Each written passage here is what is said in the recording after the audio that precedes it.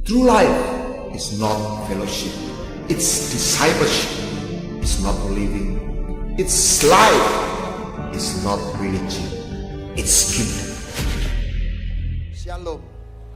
Saya tidak perpanjang lebar. It's not about me. It's about Him. It's God Almighty. Semoga tidak terlalu filosofis. Tapi biarlah kita coba melihat gambar besar. Setiap ciptaan punya desain. Karena Tuhan kita adalah God of love. But He is a God of purpose as well. Dia Tuhan yang penuh kasih, tetapi Dia juga punya tujuan. Dan di dalam menyatakan kasih dan tujuannya, Dia meletakkan sebuah desain. Dosa di dalam prinsip Alkitab itu bukan sekedar moral saja, yang sering aja.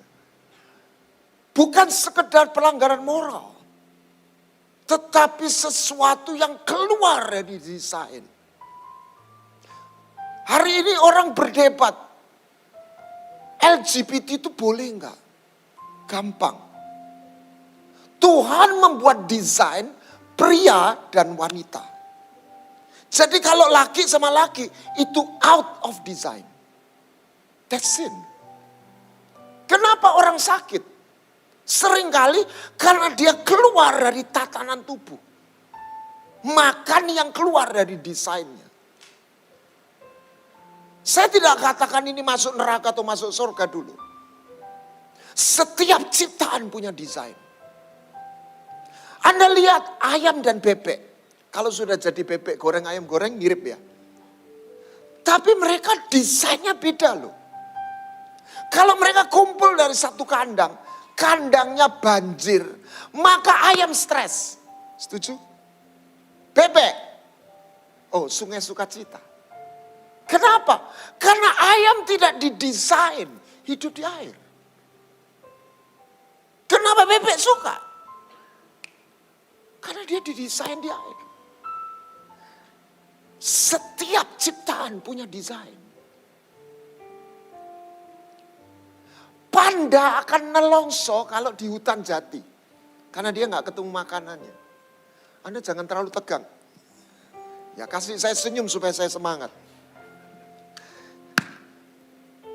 Tapi dia akan menikmati kalau dia di dalam hutan bambu. That's design.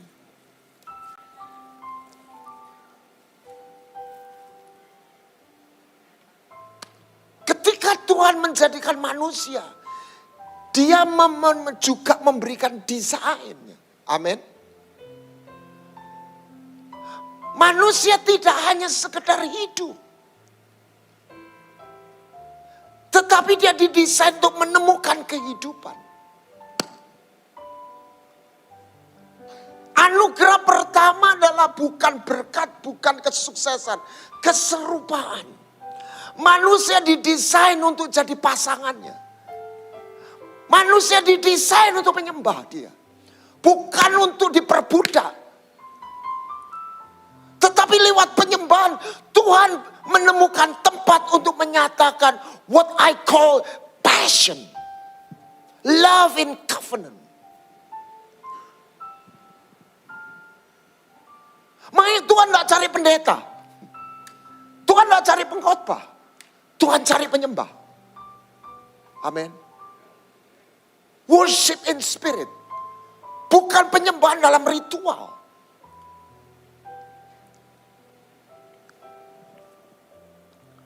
Yesus datang supaya Dia mengajar kita. Membawa kita menemukan the original design. Menjadi manusia. Seperti yang Dia desain.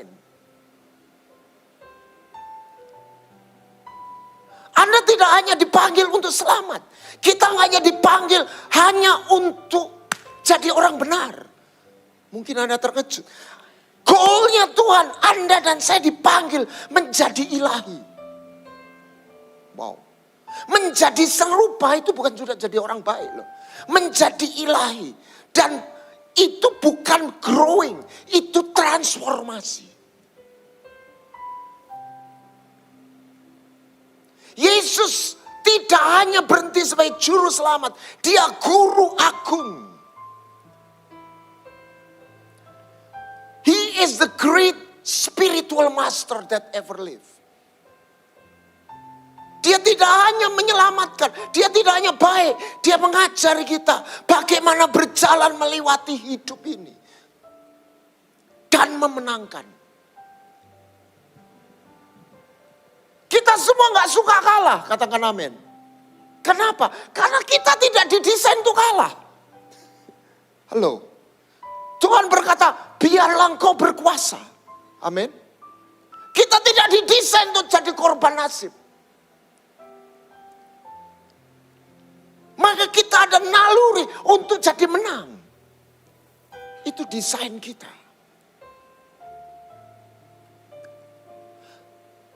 Sebetulnya kita juga gak didesain untuk mati. Karena makanya gak ada semua, tidak ada orang pengen mati. Amin. Amin. Percaya masuk surga, mau mati, gak mau ternyata. Makanya nanti setelah kebangkitan orang mati, kita dibawa masuk ke abadian. Kekal. Ibu-ibu kalau Anda mau cantik terus muda terus tekuni. Nanti Anda dalam kerajaan 1000 tahun Yerusalem baru. Tidak perlu pakai cat rambut. Ya. Amin Bu. Muda terus 30 tahun. Selama-lamanya. Mau Bu? Oh ya, angkat tangan dia. Oke. Bagaimana kita melewati hidup ini? Hidup ini bukan sekedar pertunjukan. Hidup ini sebuah perjalanan. Hidup ini sebuah pertandingan untuk kita menangkan. Perjalanan untuk kita selesaikan. Peperangan. Perintah pertama. Salah satu. Taklukkan itu. Menangkan itu. Perintah pertama Tuhan kepada Adam bukan perintah moral. Hasilkan buah. Bukan beranak cucu. Be fruitful. Kita diberi satu anugerah yang namanya mata uang kehidupan. Time is a currency of life. Waktu itu mata uang kehidupan. Tidak ada seorang pun bisa membelinya. Menjualnya. Kita hanya bisa memakainya. Dan sejalan dengan waktu, Anda dan saya ditunggu buah kehidupan.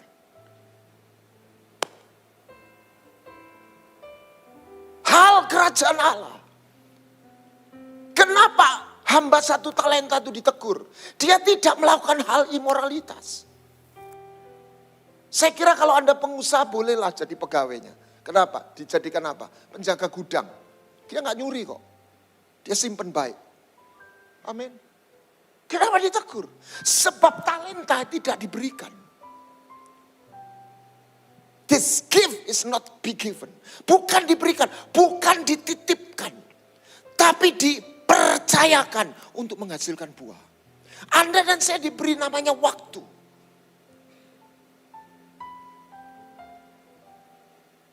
Dan bertambahnya usia, Anda dipanggil untuk melewati sebuah perjalanan memenangkan dan mengalami transformasi. Anda dipanggil bukan hanya, saya tidak ingin mengecilkan, hanya untuk sukses. Tetapi punya cerita. Kita lahir untuk mengalami kehidupan. Life. Kehidupan bukan sekedar beraktivitas. Kehidupan itu adalah tentang cinta, tentang makna, tentang tujuan. Anda tahu namanya Musa. Musa itu kalau kita petakan, dia umurnya hidupnya 40 kali 3. 40 pertama dalam my story. Dia sukses. Yang lain gak sekolah, dia S3. Yang lain melarat, dia pangeran. Setuju? Tapi 40 tahun yang kedua, kosong jadi gembala kambing domba. Hilang semua, gone. Tapi no story. 40 tahun pertama, my story. 40 tahun kedua, no story. Tapi 40 tahun ketiga, his story. Anda tidak dipanggil hanya my story. Apalagi no story. Ada orang mati, yang lain gak ngerti. Gak dengar suaranya. Kamu tahu itu? Oh iya, ya. Apa? Wis mati. Oh, karo aku. Tidak ada pengaruhnya. Dia mau hidup, mau mati. Orang gak kehilangan. Jadikan Anda lewati sebuah cerita. Sehingga ketika lembaran hidup kita selesai. Orang kehilangan. There is no one else like him, like her. Amin. Tetapi bukan cerita kita. Cerita Tuhan di dalam kita. Amin. Amin. Cerita Tuhan dalam kita. Nah, masalahnya sejalan dengan waktu, terlalu banyak hal yang membuat kita lelah, capek, tawar hati. Apa yang disebut jadi tua? Slide nomor pertama. Oh, saya bisa tayangkan. Sorry. Ya. Tetapi ada satu rahasia firman Tuhan. Saya sendiri juga surprise.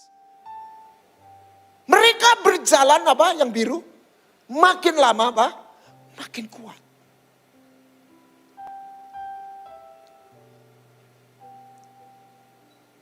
Paulus berkata manusia jasmani merosot. Tapi manusia roh itu diperbarui. Amin. Jadi Alkitab mensingkapkan. Kalau kita kenal rahasia itu. Maka kita akan, roh kita makin lama makin kuat. Tubuh kita mungkin melemah. Roh kita makin lama makin kuat. Roh kita bersama Roh Kudus tidak jadi tua. Katakan amin. Saya tidak bicara ketuaan jasmani. Sekalipun banyak orang sebenarnya terlalu cepat jadi tua. Karena dia tak tahu tatanan tubuh. Sedikit belok sedikit. Karena saya dulu mantan atlet. Tubuh ini didesain untuk bergerak. Jadi olahraga. Kalau Anda masih muda itu penuh kasih karunia. Segala sesuatu mulai dari kasih karunia. Enggak olahraga enggak apa-apa. Tapi kalau Anda mulai usia 40, 35, 40 ke atas. Anda harus olahraga. Ada amin enggak? Karena tubuh ini didesain untuk bergerak. Kalau Anda enggak bergerak. Itu keluar dari desain. Lah masalahnya tambah tua. Sebetulnya tambah malas olahraga. Tapi sebetulnya tambah wajib olahraga. Nah ini paradoknya. Anda jangan ketahui saya tiap hari olahraga. Walaupun 10 menit, 15 menit. Oke. Jadi Tuhan mengajari kita dalam firman-Nya. Gimana jalan melewati hidup ini. Tanpa menjadi kecewa. Saya bisa, oh ya gerak. Tuhan berkata 40 tahun aku memimpin kau di padang gurun. Ini gambaran kehidupan. Orang Israel itu yang mati di padang gurun bukan gambaran orang gak masuk surga. Tidak mencapai destiny. Ibarat masuk surga. Tetapi tidak mencapai destiny. Tanah perjanjian. Tuhan berkata 40 tahun. Aku memimpin sebetulnya. Pakaianmu gak rusak, sepatumu gak rusak. Jadi perjalanan rohani bersama Tuhan itu Tuhan janjikan. Engkau tidak jalan tambah capek. Amin. Tetapi jujur ada banyak hal yang membuat kita capek. Ada banyak hal yang membuat kita kecewa. Ada banyak hal yang membuat kita terluka dan pahit mungkin. Ada hal yang membuat kita menjadi patah hati karena kehilangan. Saya balik sedikit. Musa dan Elia adalah dua tokoh iman. Tetapi yang satu di akhir hidupnya dia tidak dikatakan tua. Tapi Imam Eli dia dikatakan telah sangat tua. Matanya kabur, badannya gemuk. Permisi, saya nggak menyendir siapapun. Apa itu kabur? Nuvisi. Tidak ada mimpi lagi. Tidak ada tujuan. Mau pensiun aja. Satu kabar baik tapi nggak tahu baik atau buruk. Tidak ada pensiun dalam kerajaan surga. Amin. Yang mau pensiun tunda dulu. Saya tidak katakan Anda nggak boleh pensiun. Ada tugas. Amin.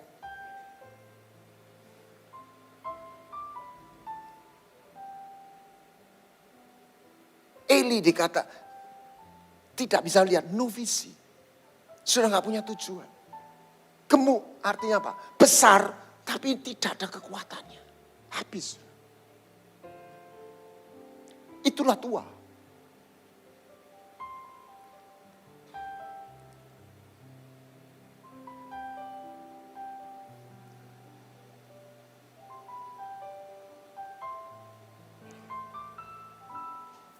Apa yang harus kita miliki supaya kita nggak tua? Kita jangan pernah kehilangan rasa dan cinta. Apa kamusnya anak muda? Jatuh cinta. Betul nggak? Anak muda itu punya gairah, jatuh cinta. Ada banyak orang tua sudah nggak pernah jatuh cinta lagi. Hidup tuh kayak jalan aja, kayak zombie. Jadi kalau Anda mengalami jatuh cinta, berarti Anda tidak tua. Katakan amin. Amin. Kalau nggak pernah lah, minta Tuhan jatuh cinta. Hati-hati, bukan cinta sama orang lain, bukan pasangannya. Jatuh cinta sama Tuhan. Dan Anda akan mengasihi pasanganmu dan keluargamu. Amin. Tetapi cinta kita ini memang habis. Rasa itu habis. Sumber yang gak pernah habis itu dari Tuhan. Amin. Anda harus bisa download. Makanya Tuhan berkata, setiap everyone will be seasoned. Seasoned itu dibumbui rasa. Maka garam itu gak boleh tawar.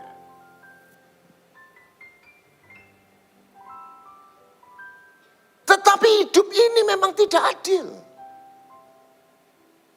Tapi Alkitab menyingkapkan bagaimana orang-orang yang menang terhadap ketidakadilan.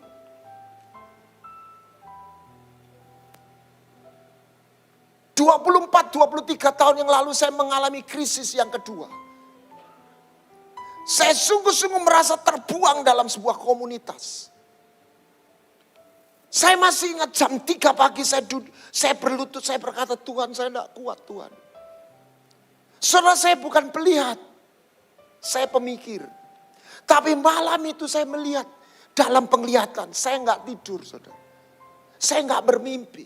Saya lihat Yesus duduk di tahta dan dia berdiri dan dia turun di depan saya. Saya nangis kayak anak kecil. Saya berkata, Tuhan tolong saya nggak kuat Tuhan. Dan saya masih ingat, saya berbicara dan berbicara. Tetapi ketika dia turun di depan saya dalam penglihatan, saya berhenti berbicara. Saya bukan orang yang suka berkata Tuhan berbicara. Tapi malam itu saya mendengar dia berbicara. Saya nggak pernah memikirkan kata-katanya. Sudah tahu kata-katanya apa? Dia tidak berkhotbah. Dia temui saya bukan karena saya orang baik. Bukan karena saya puasa 40 hari. Tuhan temui saya karena saya teler. Tetapi dia berbelas kasihan sama saya. Dia menyapa saya. Anda tahu kata-katanya saya masih ingat detil satu demi satu. Nggak usah susah. Aku tahu susahmu. Aku bersamamu. Nggak usah susah ya. Ini bukan khotbah saudara. Anda mau minggu sore di khotbah gitu, amin pulang. Enggak ada teachingnya. Tetapi perkataan Tuhan itu mengandung kasih dan kehidupan. Amin. Saya merasakan sebuah aliran kasih yang masuk dalam roh saya. Saya nangis, tambah nangis kayak anak kecil. Saya tersungkur. Dan dia mengulurkan tangannya. Saya dipuk-puk, bahasa Indonesianya apa itu dipuk-puk? Ditepuk-tepuk. Aku akan memulihkan hidupmu. That's all. Saya menengadah, saya mau melirik. Saya lihat Tuhan dan Tuhan lihat saya. Dia cuma tersenyum. Dan dia naik ke surga. Penglihatan tuh 20 menit, 30 menit hilang. Keadaan tidak berubah. Tapi satu hal yang aku tahu, dia gak tinggalin.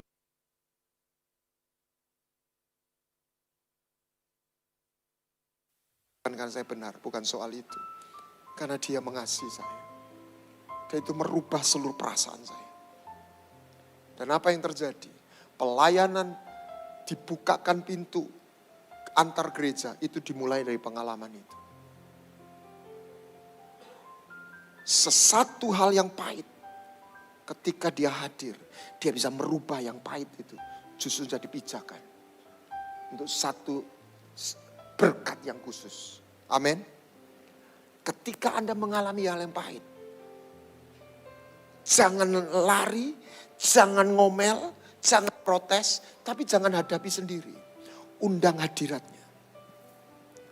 Ketika zat ilahi surgawi itu masuk dalam hidupmu, maka dia merubah yang pahit itu jadi jakpau.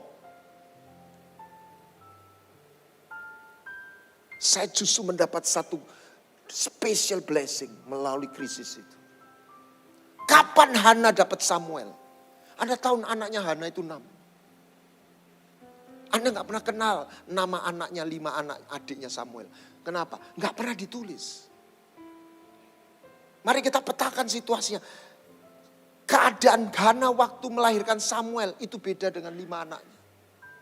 Dia pahit, dia mengalami, bukan pahit, dia mengalami stres, dia dihina, dibully. Betul? Dia gak balas, dia gak benci, tapi dia curhat. Amin.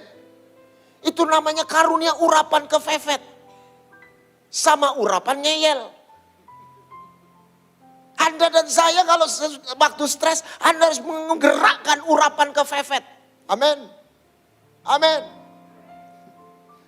Dan urapan ngeyel. Ayolah Tuhan. Amin. Tuhan sama manusia kuat mana? Kuat Tuhan. Jadi Tuhan lawan manusia menang mana? Menang Tuhan. Tetapi ternyata kalau Tuhan itu eyel-eyelan sama anak-anaknya, menang anaknya. Katakan amin dong. Lu Alkitab yang menceritakan. Amin. Jadi Anda harus punya hati anak. Amin. Ya, nanti terlalu lama. Ya. Jadi apakah kita masih punya rasa dan cinta? Musuh ketuaan itu bukan hanya fisik. Habis rasanya. Tawar hati. Tetapi Alkitab mengatakan ketika engkau penuh Roh Kudus, engkau gak kehabisan rasa. Engkau gak kehabisan passion. Engkau gak kehilangan compassion. Amin. Saudara, ada satu cerita yang menginspirasi saya. 2 cerita lah. Yang pertama adalah kisah cinta di panti jompo. Jadi di Surabaya ditulis oleh Dahlan Iskan. Engkong-engkong sama mak-mak dikumpulin di situ. Panti jompo. Mungkin anaknya, cucunya gak bisa ngerawat, saya gak tahu. Mereka udah duda, janda. Nah, mereka punya kamar sendiri-sendiri. Walaupun engkong sama mak harus dipisah juga. Amin. Tapi kalau breakfast, lunch bersama-sama. Entah satu hari satu engkong ini kesetrum sama mak. Anda tahu, orang jatuh cinta itu gak kenal usia loh. Halo. Saudara percayalah, Anda umur berapa, Itu sesuai perasaan kita. Enggak beda waktu kita umur 5 tahun, 7 tahun. Kita ini butuh dicintai. Ini saya enggak ngeledek ya. Coba, tapi tulus loh. Anda ketemu ibu yang sudah tua, umur 80, rambut putih semua ya. 90, puji dengan tulus. Aduh tante tuh cantik loh, nanti lah tersipu-sipu. Ayo betul apa betul? Aneh tuh, udah 90 dipuji masih tersipu-sipu. Saya sudah tua gitu ya. Supaya kita ini sama. Mau kecil, mau muda, mau jadi engkong, podo wae. Lah makanya kita sama Tuhan jangan pakai topeng. Amin. Kita nggak ketemu Tuhan kalau pakai topeng. Nah, kembali engkong sama emak ini. Nah, sehingga tiap hari engkong ini cari kesempatan ketemu emak. Dan dia cemburu kalau lihat emak ini ngomong-ngomong sama engkong lain. Keren ya. Dan yang aneh lagi, si emak ini kalau pagi mandi ganti pakaian langsung keluar kamar. Tapi mulai hari itu, mulai saat-saat itu berubah. Setelah mandi ganti pakaian, dia ngaca dulu. Lama-lama di kaca, dandan saudara. Supaya dilihat engkong itu dia cakep. Gitu. Kapan terakhir Anda jatuh cinta? Sebab orang yang jatuh cinta, dia kepingin cantik. Halo? Kalau ada istri gak dandan lagi, itu kira-kira sudah gak jatuh cinta dia.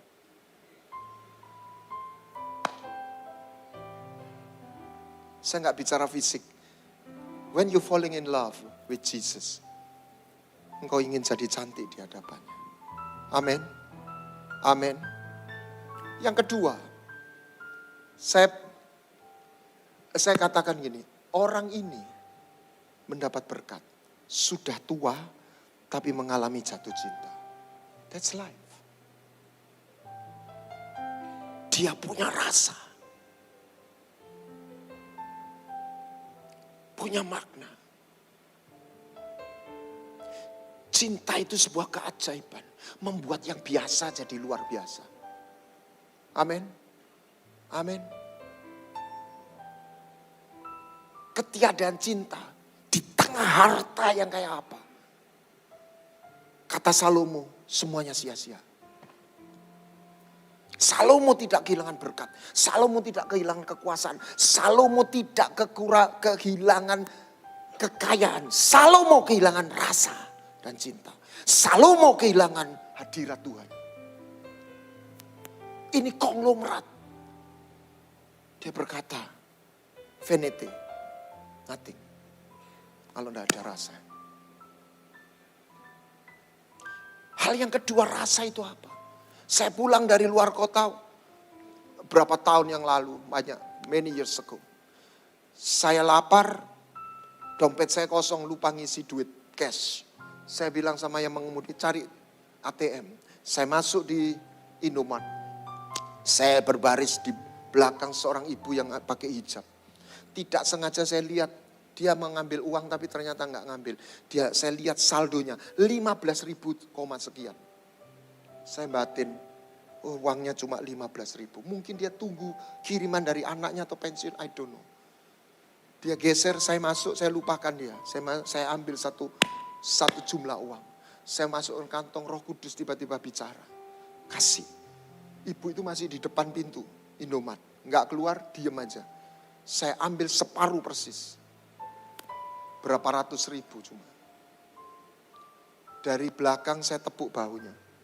Saya pegang uang ini, saya tempelkan di tangannya. Kalau itu Anda, kita orang normal. Ada orang Anda nggak lihat, tepuk bahu Anda. Tiba-tiba ada begini, tangan begini. Kira-kira reaksi kita apa? Bapak itu lah apa? Betul ya? Anda tahu reaksi ibu ini. Dia belum lihat wajah saya loh. Bu, ini berkat Tuhan. Ini dari belakang. Reaksinya, aduh saudara. Terima kasih. Oh Tuhan, terima kasih. Jadi dia tuh betul-betul berpikir dia butuh uang. Saya geser dari depan. Tuhan memberkati ibu ya.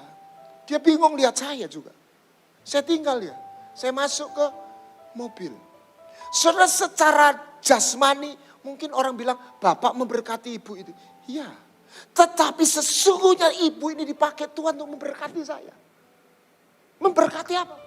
Saya diberi kesempatan untuk memberi. Jumlahnya gak seberapa. Tetapi apa yang saya dapat? Saya masuk mobil. Hati saya penuh dengan damai. Hati saya penuh dengan sukacita. Saya tidak merasa berjasa. Tapi saya merasa saya sudah melakukan sesuatu yang Tuhan berkenan dan saya merasa dapat kesempatan. Saya merasa itulah satu berkat yang lebih dari uang yang saya kasih. Anda setuju? Sudah saya katakan, saya seorang pembicara. Saya boleh bicara di mana-mana. Kata Paulus, saya boleh mendapat penyingkapan firman. Tetapi kalau saya kehilangan rasa, saya sudah gak melihat jiwa ini dalam hati Tuhan. Saya berkata, saya tidak nuding siapapun, saya tunjuk diri saya. Saya melakukan permainan kosong. Itu yang namanya aktivitas agama. Saudara jangan di tengah COVID, di usia sekarang yang secara, saya tidak muda, tapi saya katakan saya belum tua. Oleh kemurahan Tuhan saya belum jadi orang tua.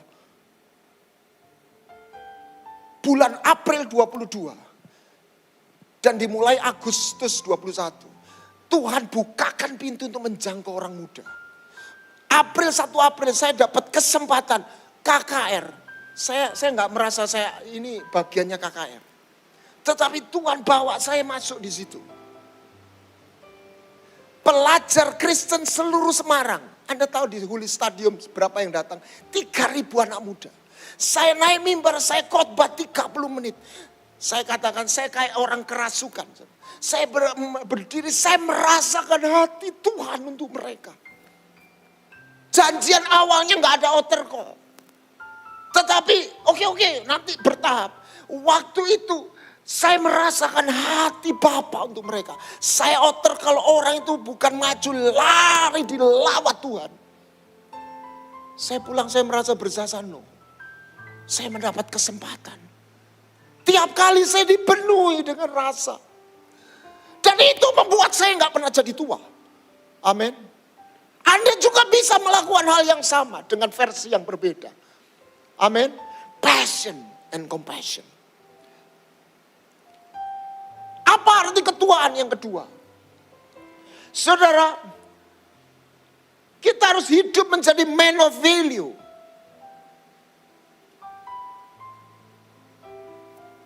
Kebenaran itu tidak selalu manis. Anda harus belajar hidup dalam kebenaran. Dan itu perlu latihan. Driven by principle. Bukan sekedar perasaan.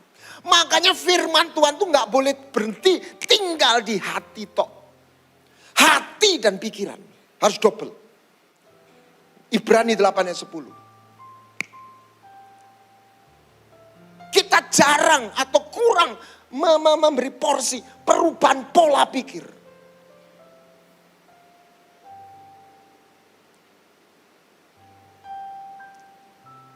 Saudara, saya tidak menghakimi. Beberapa orang yang melayani Tuhan dalam penyembahan, pujian. Saya tidak katakan yang hanya itu. Ada beberapa yang top itu jatuh. Saya cuma menganalisa, saya tidak menghakimi. What's wrong, not who's wrong. Ketika orang main hati, dia nggak merubah pikiran, tidak mengisi. Ini kurang lengkap. Hati dan pikiran. Dan pikiran salah satu apa? Value. Nilai-nilai kebenaran. Apa yang gak dimiliki ahli Taurat? Value. Mereka bukan tidak punya doktrin. Mereka bukan tidak punya ritual. Mereka bukan tidak punya aktivitas rohani. Mereka tidak punya nilai-nilai kerajaan Allah. Dan Tuhan berkata inilah esensinya. Keadilan, kesetiaan, dan belas kasihan. Pegang itu. Ada 3 tokoh yang dia tidak bicara agama, tetapi memberi impact. Saya percaya Injil itu mau dikasih label atau tidak, ketika dia hadir dengan Roh Kudus, orang bisa merasakan. Oleh kemurahan Tuhan saya beberapa kali mengalami. Orang itu belum percaya Yesus, belum ngerti Yesus, tapi mengalami Yesus. Dia dilawat di jamaah. Dia bilang, apa itu?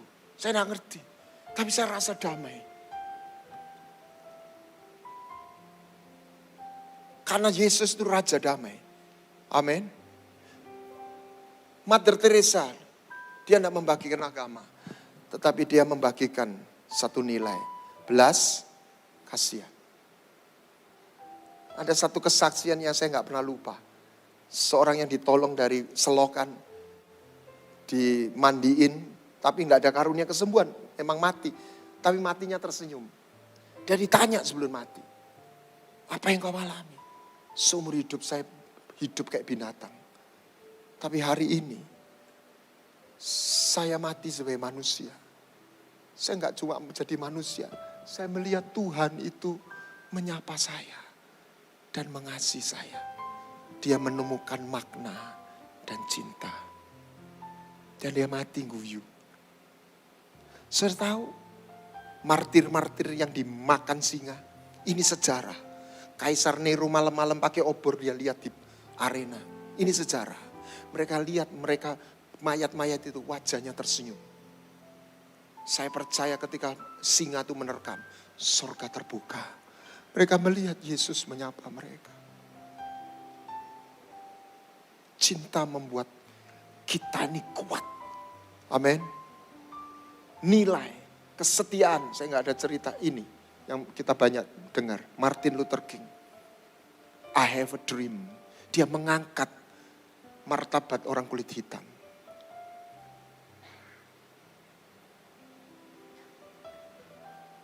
Eli, apa yang terjadi? Dia sudah luntur dengan nilai. Anaknya itu kurang ajar. Anaknya itu durhaka. Dia sebagai pemegang otoritas cuma bilang, ojo ngono yo nak ya. Gak bisa. Kita harus berani fight.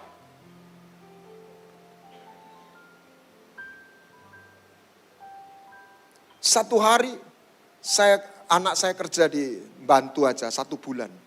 Saya bilang begini, itu anak saya. Kamu kerja di ministry di kantor saya. Papa minta kamu datang kerja, datang tepat waktu. Jangan karena anak saya, kamu kerja seenaknya. Saya bilang gitu. Itu satu nilai. Dan anak saya lebih rajin dari pegawai saya.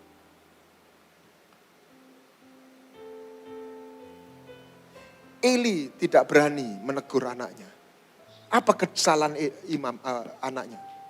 Dia hina korban sembelihan. Apa itu korban sembelihan? Covenant. Covenant itu tanda korban sembelihan tanda perjanjian.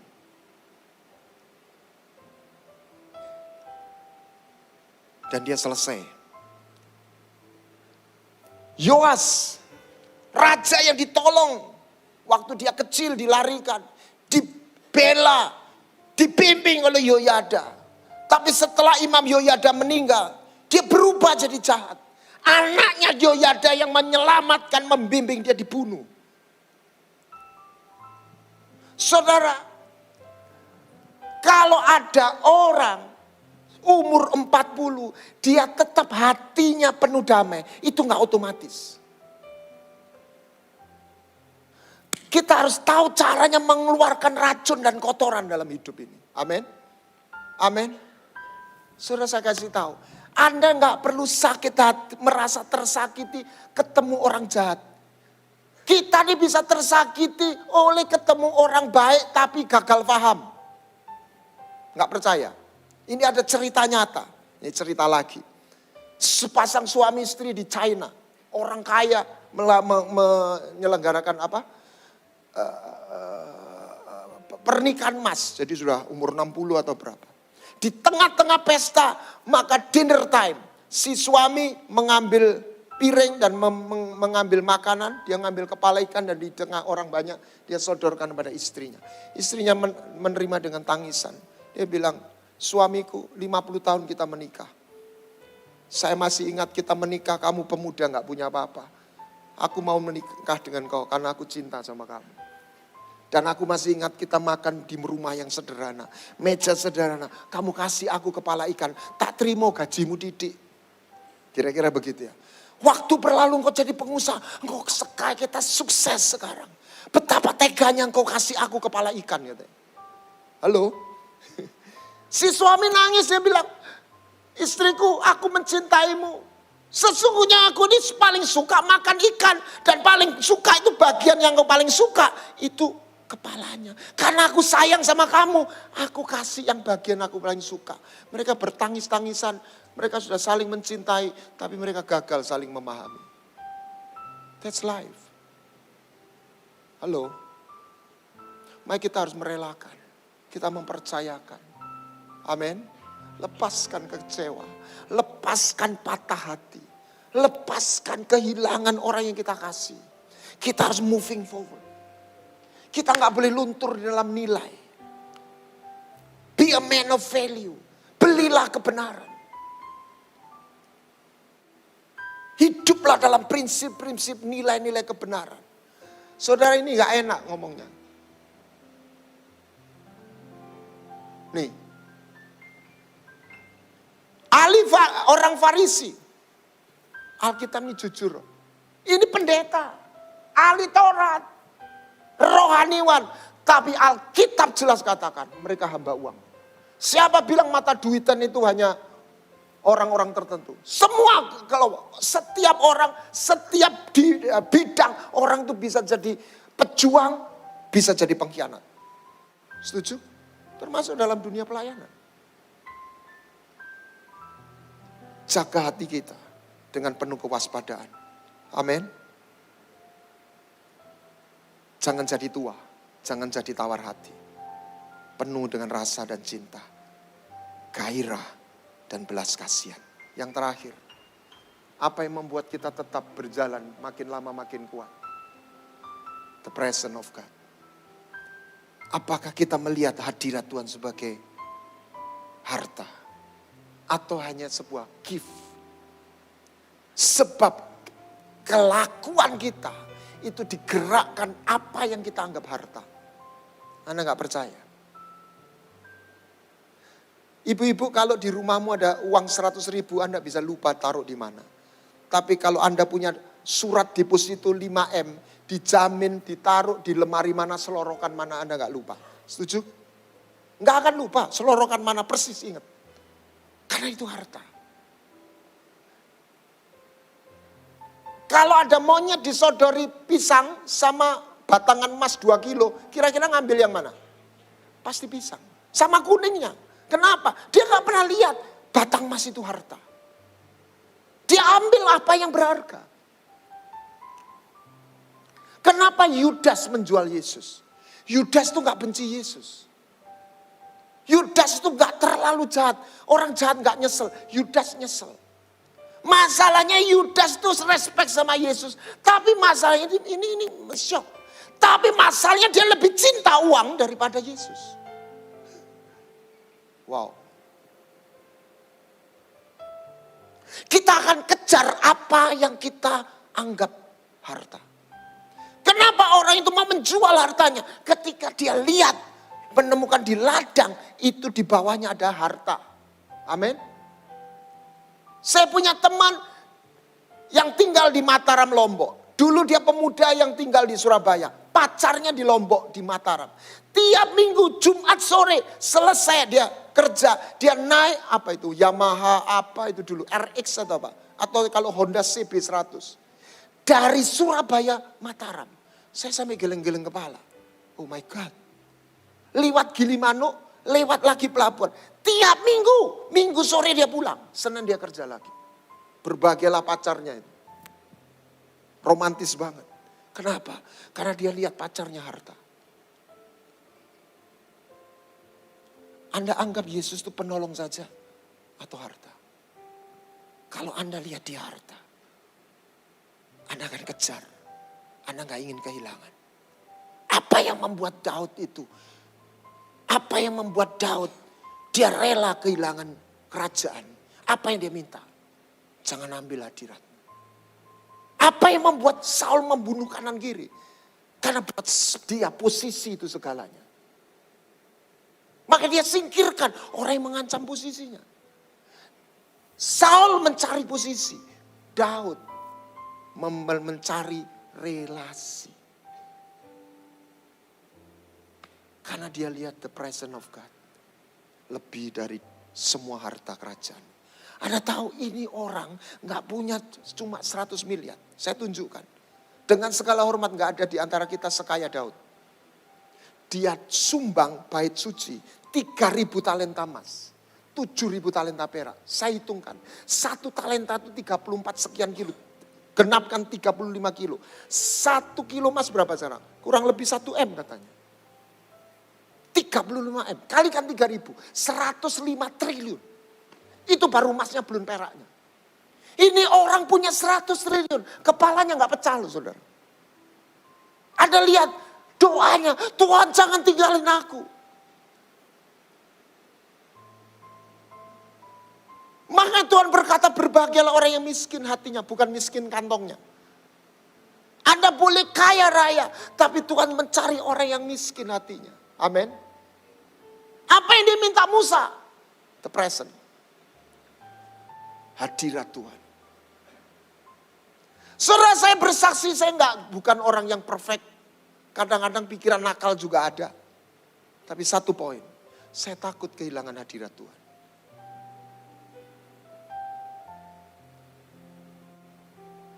Ini bukan hukuman, takut ditinggal. Anak muda di sini siapa mana? Kalau Anda lagi jatuh cinta, WA-nya gak datang 2 hari aja, Anda bingung gak? Anda stres gak? Halo, anak muda gak ada di sini, menikah semua ini. Bukan dihukum. Kamu kok gak pernah kirim WA, ya toh? Karena pacarnya itu harta. Halo,